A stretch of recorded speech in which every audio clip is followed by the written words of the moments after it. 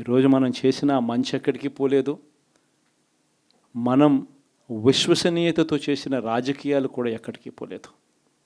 ప్రజలకు మళ్ళీ దగ్గరయ్యే కార్యక్రమాలు, ప్రజలకు తోడుగా ఉండే కార్యక్రమాలు, ప్రజల తరపున పోరాటం చేసే కార్యక్రమాలు కూడా జరుగుతాయి.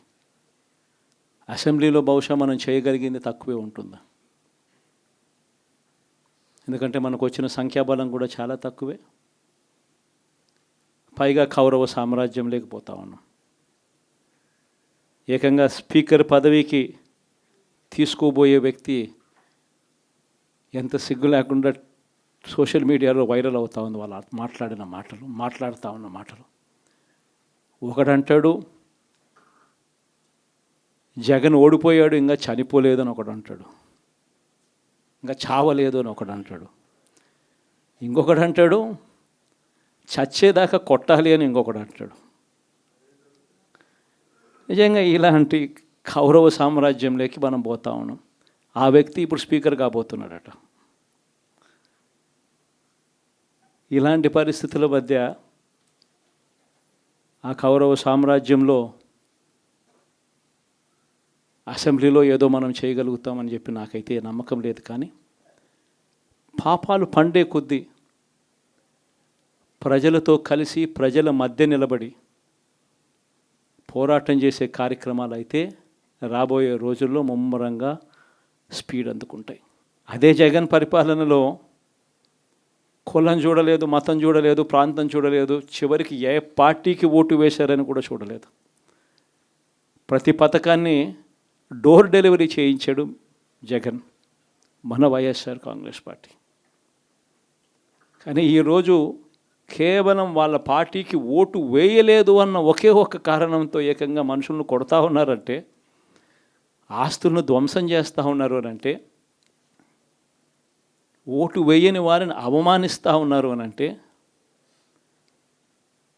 నిజంగా ప్రతి గ్రామంలోనూ ఇంత అన్యాయంగా వ్యవహరిస్తున్నారు అని అంటే, శిశుపాలని పాపాలు పండడం చాలా వేగంగా పడతా ఉన్నాయి. పాపాలు పడ్డే కార్యక్రమాలు ఎప్పుడు చూడల. మన పరిపాలనలో,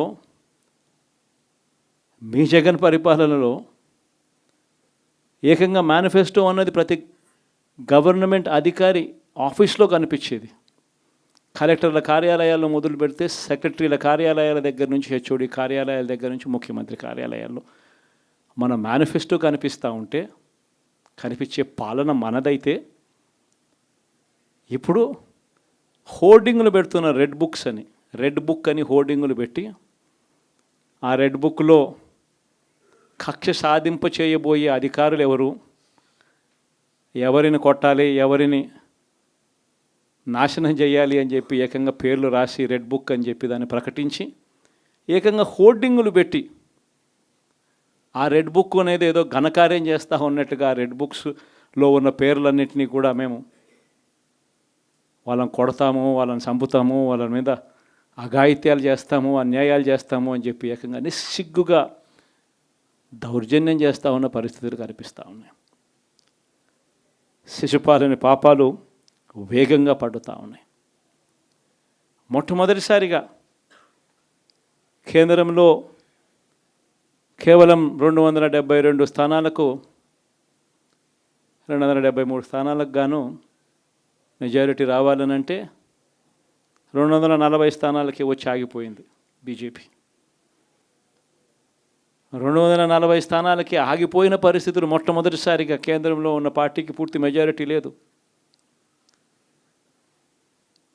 240 స్థానాలకి ఆగిపోయిన పరిస్థితులు. మరో పక్క చంద్రబాబు నాయుడు గారికి 16 స్థానాలు అంటాడు. ఎన్డీఏలో తానే చక్రం తిప్పుతా అన్నట్టుగా మోడీ పక్కనే కూర్చొని కనిపిస్తాడు.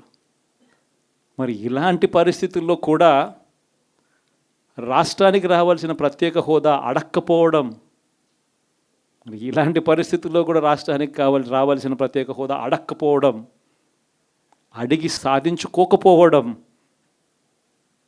శిశుపాలని తప్పుల్లో, వరుస తప్పుల్లో, పాపాల్లో ఇవన్నీ కూడా బాగాలే.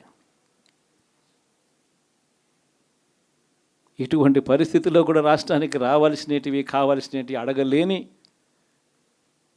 పాలన, అడగలేని మనిషి రాష్ట్రానికి ఏం సమాధానం చెప్తాడు, రాష్ట్ర పిల్లలకి ఏం సమాధానం చెప్తాడు, రాష్ట్రంలో ఉన్న యువకులకు పిల్లలకు ఏం సమాధానం చెప్తారు? శిశుపాలన పాపాల్లో ఇవన్నీ కూడా ఇప్పటికే వేగంగా కూడా అందుకుంటా ఉన్నాయి.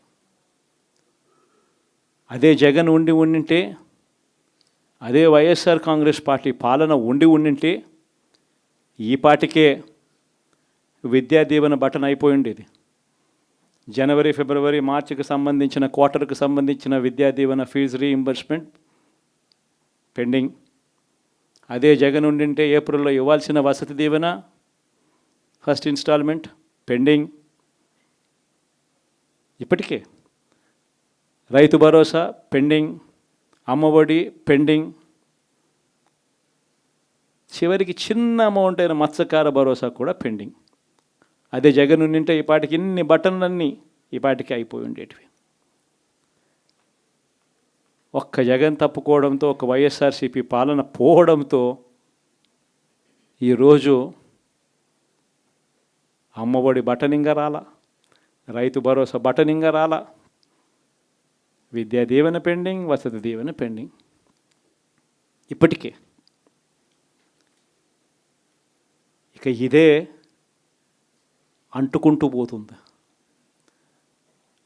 డిసెంబర్, జనవరి వచ్చే నాటికి ఏమయ్యా ఇవన్నీ మాకు చెప్పావు, 4,12,00,000 మంది ఓటర్ల లిస్టు, ఇందులో సగం మంది ఆడవాళ్ళే, అందరూ 18 సంవత్సరాల పైవారే ఓటర్ లిస్టులో ఉన్నారు అని అంటే, మరి వీరందరికీ 1,500 ప్రతి నెల ఇస్తానన్నాడు.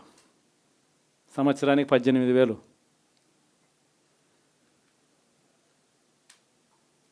ఇందులో పెన్షన్లు తీసుకునే వాళ్ళు ఒక 30 లక్షల మందిని బహుశా ఆడవాళ్ళకి పక్కన పెట్టినా కూడా 65 సంవత్సరాల పైన ఉన్న వాళ్ళు అని పక్కన పెట్టినా మిగిలిన 1,80,00,000 మంది ఎదురు చూస్తున్నారు.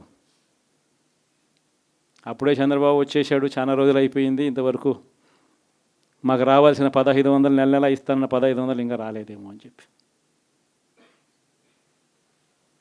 రైతులు ఎదురు చూస్తూ ఉన్నారు. 20,000 పెట్టుబడి సాయంగా ఇస్తానన్నాడు, అది ఏమవుతుందని. దాదాపు 1,00,000 మంది పిల్లలు పైగా ఉంటారు, బళ్ళకు పోయే పిల్లలందరికీ ఇస్తామన్నాడు. అమ్మఒడి కింద వాళ్ళ పథకం ఏదైతే నేను దాని కింద 15,000 అని చెప్పి ఆ తల్లులకు 15,000 కోట్లు, దానికి వెయిట్ చేస్తూ ఉన్నారు. ఇవన్నీ వెయిట్ చేస్తూ ఉన్నారు. ఇవన్నీ ఏవి కూడా అడుగులు ముందును పడని పరిస్థితి. ఇవన్నీ కూడా డిసెంబర్, జనవరికి వచ్చేసరికి అన్నీ కూడా ఊపందుకుంటాయి, వేడందుకుంటాయి. హనీమూన్ పీరియడ్ అనేది ఆగిపోతుంది. వైఎస్ఆర్ కాంగ్రెస్ పార్టీ చేయాల్సిన పనులు చెప్తా ఉన్నా. ఈ ఓడిపోయాము అన్న ఈ భావన మనసులో నుంచి తీసేయండి. మనం చేసిన మంచి ప్రజల్లో ఇంకా ఉంది, ప్రతి ఇంట్లో గుర్తుంది, ప్రతి కుటుంబంలోనూ మనం చేసిన మంచి ఎక్కడికి పోలేదు. ప్రతి ఇంటికి మనం తలెత్తుకొని పోగలుగుతాం, తల దించుకొని కాదు, చెప్పిన పని చేయక కాదు, చెప్పిన పని చేసి తలెత్తుకొని పోగలుగుతాం ప్రతి ఇంటికి కూడా మనం. కేవలం చంద్రబాబు నాయుడు ప్రలోభాలకు మోసపోయిన పరిస్థితుల మధ్య మనకు అంతో ఇంతో అపజయం ఏదైనా జరిగిందేమో. ఆ మోసాలు ఎప్పుడైతే మోసాల కింద తేటతెల్లమవుతాయో ప్రజల్లో ఆ సింపతి, మన పట్ల ప్రేమ, ఆయన పట్ల కోపం రెండూ కూడా ఏకమవుతాయి. మనల్ని గొప్ప మెజారిటీలతో మళ్ళీ మనల్ని తీసుకొస్తారు. సో మనం చేయాల్సింది ఏమిటి అని అంటే, ప్రజల మీద మనం కోప్పడాల్సిన అవసరం లేదు, పని లేదు. మోసపోవడం అన్నది ఒక్కొక్కసారి జరుగుతూ ఉంటాయి. మోసపోయిన వాళ్ళకందరికీ కూడా మనం అండగా ఉన్నాము అన్న భరోసా ఇవ్వడం మనం చేయాల్సిన పని. మరీ ముఖ్యంగా మన కార్యకర్తలను మనకు తోడుగా ఉండడం. ఇది మాత్రం ఖచ్చితంగా చెప్తా ఉన్నా. ఇష్టం వచ్చినట్టుగా ఎప్పుడు చూడని విధంగా ఈరోజు కార్యకర్తల మీద దాడులు జరుగుతూ ఉన్నాయి. పార్టీ సానుభూతి పరుల మీద దాడులు జరుగుతూ ఉన్నాయి. పార్టీకి ఓటు వేయలేదు అని ఓటు వేసిన వారి మీద దాడులు జరుగుతూ ఉన్నాయి. కొన్ని చోట్ల అవమానాలు, ఆస్తుల నష్టాలు, దాడులు, దెబ్బలు తగలడము, ప్రాణాలు కోల్పోవడం కూడా కొన్ని చోట్ల చేశాం. వీళ్ళందరికీ కూడా నేను మీ అందరికీ కూడా నేను చెప్పేది ఒకటి, వీళ్ళందరికీ భరోసా ఇవ్వాలి. ఎక్కడ మీ నియోజకవర్గంలో ఎక్కడ ఏమి జరిగినా కూడా పోండి, మీ తరపు నుంచి సహాయం చేసే కార్యక్రమం చేయండి. పార్టీ తరపు నుంచి కూడా సహాయం అందిస్తుంది, అది కూడా తీసుకొని పోయి కూడా ఇవ్వండి. ప్రతి కార్యకర్తకు తోడుగా ఉందాం, ప్రతి కార్యకర్తకు భరోసా ఇద్దాం. చాలా అవసరం కూడా. మన కోసం కష్టాల్లోనూ నష్టాల్లోనూ మన కోసం నిలబడ్డారు, జెండాలు మోసి నష్టపోయారు, ఓట్లు వేసి దెబ్బలు తిన్నారు, మనకు ఓట్లు వేసి దెబ్బలు తిన్నారు. వారందరికీ కూడా తోడుగా ఉండాల్సిన అవసరం ఉంది. ఇదొక్కటే కాకుండా మన ఎంపీటీసీలు, మన జెడ్పీటీసీలు, మన కౌన్సిలర్లు, కార్పొరేటర్లు, వీళ్ళందరికీ కూడా భరోసానే ఇవ్వాలి. మాట్లాడండి. మన పార్టీ మీద అభిమానం చూపించే ఏ వ్యక్తి అయినా మన కార్యకర్తే. ఇలాంటి వాళ్ళందరికీ కూడా తోడుగా ఉండే కార్యక్రమాలు ఖచ్చితంగా జరగాలి. ఇవన్నీ కూడా ఖచ్చితంగా చేయమని మిమ్మల్ని అందరినీ కూడా కోరుతా ఉన్నా. సీరియస్గా నేను చెప్పిన ఈ విషయాలన్నీ కూడా పరిగణలోకి తీసుకోమని కోరుతా ఉన్నా. అండ్ ఇంతవరకు సినిమా జరిగింది ఓన్లీ ఇంటర్వెల్లే. శకుని పాచికల్లో కౌరవులు పాండవుల మధ్య యుద్ధం కూడా గమనిస్తే శకుని పాచికలు అనే సబ్జెక్టు ఓన్లీ ఇంటర్వెల్లే. అప్పుడు శ్రీకృష్ణుడు సమక్షంలోనే జరుగుతుంది.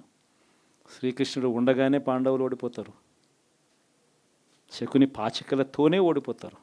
ఎప్పుడైనా కూడా మంచే గెలుస్తుంది, ధర్మమే గెలుస్తుంది, విశ్వసనీయతే గెలుస్తుంది, న్యాయం నిజం గెలుస్తుంది, ధర్మమే గెలుస్తుంది.